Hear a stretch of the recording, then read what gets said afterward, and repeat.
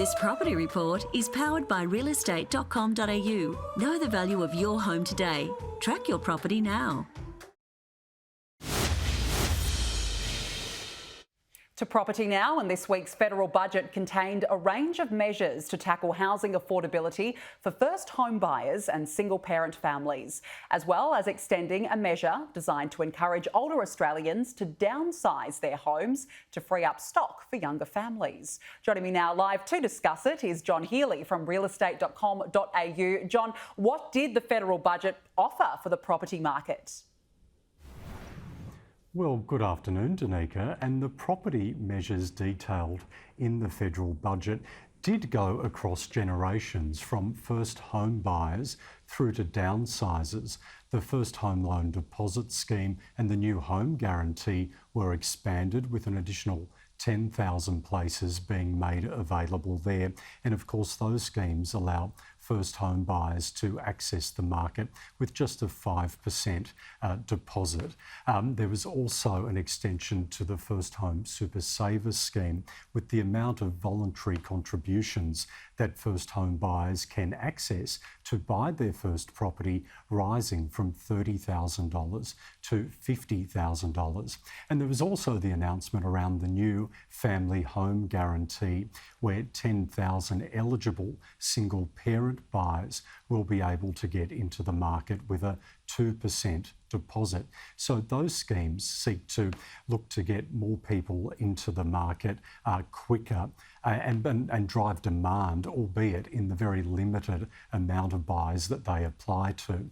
But one thing that does remain a big issue is housing supply. And the government measure in the budget to target that was the extension of the downsizer super contribution scheme. From July next year, the age qualification on that scheme will reduce from 65 down to 60, meaning an earlier entry for more Australians into that scheme. Now, that scheme allows a one-off contribution to superannuation of $300,000 per person from the sale of a family home. And that will be coming into effect from July next year with that new age range. It's designed, of course, to encourage those Australians who are nearing retirement to consider downsizing to free up those family homes for younger families.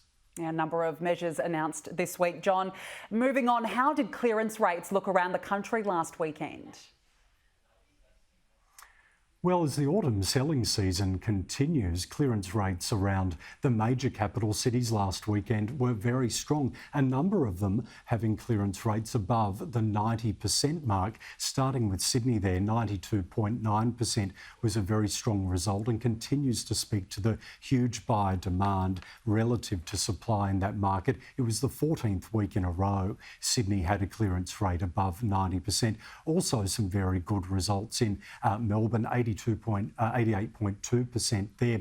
And considering the volume of homes that went under the hammer there last weekend, that was a very strong result. More than 1,200 homes were scheduled to go to market in Melbourne last weekend. Adelaide and the ACT also very strong, 94.7% clearance rate there in the ACT. Much like Sydney, it was its 13th week in a row that the ACT has had a clearance rate well in excess of 90%. Now, with just 3 weekends remaining in the autumn selling season, how many homes are expected to go under the hammer this weekend? Well, that's right. 3 weekends remaining in that traditional autumn selling season, and we're expecting more than 2,400 homes to go under the hammer around our major capital city markets this weekend. That's actually down around 4% on the volumes last week. Sydney, they're expecting 850 homes to go under the hammer. That's down around 2.5% on its number last weekend. Melbourne expecting 1,200 homes again there to go under the hammer this weekend, also down around 3% on its number last weekend. But looking ahead for the next 2 weeks, Melbourne is expecting to finish the autumn selling season with a couple more Super Saturdays yet to come. And just finally, which homes have proven popular with buyers this week, John?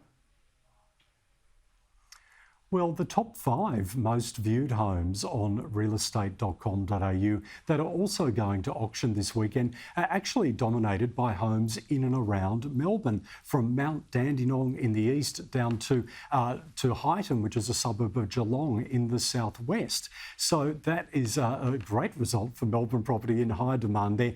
A number of those homes are on very big blocks too, but if we have a look at the home now on Piera Street in Brunswick East, it's not on a terribly big block, but it's a beautiful conversion of a former corner store. It has beautiful slate floors throughout, marble kitchen. It's a 3-bedroom, 2-bathroom home with a fantastic master retreat upstairs. It is a home really as cool as the suburb it's in. It's got a price guide there of between $1.85 million and $2 million, and that home is scheduled to go to auction there in Brunswick East in Melbourne on Saturday morning.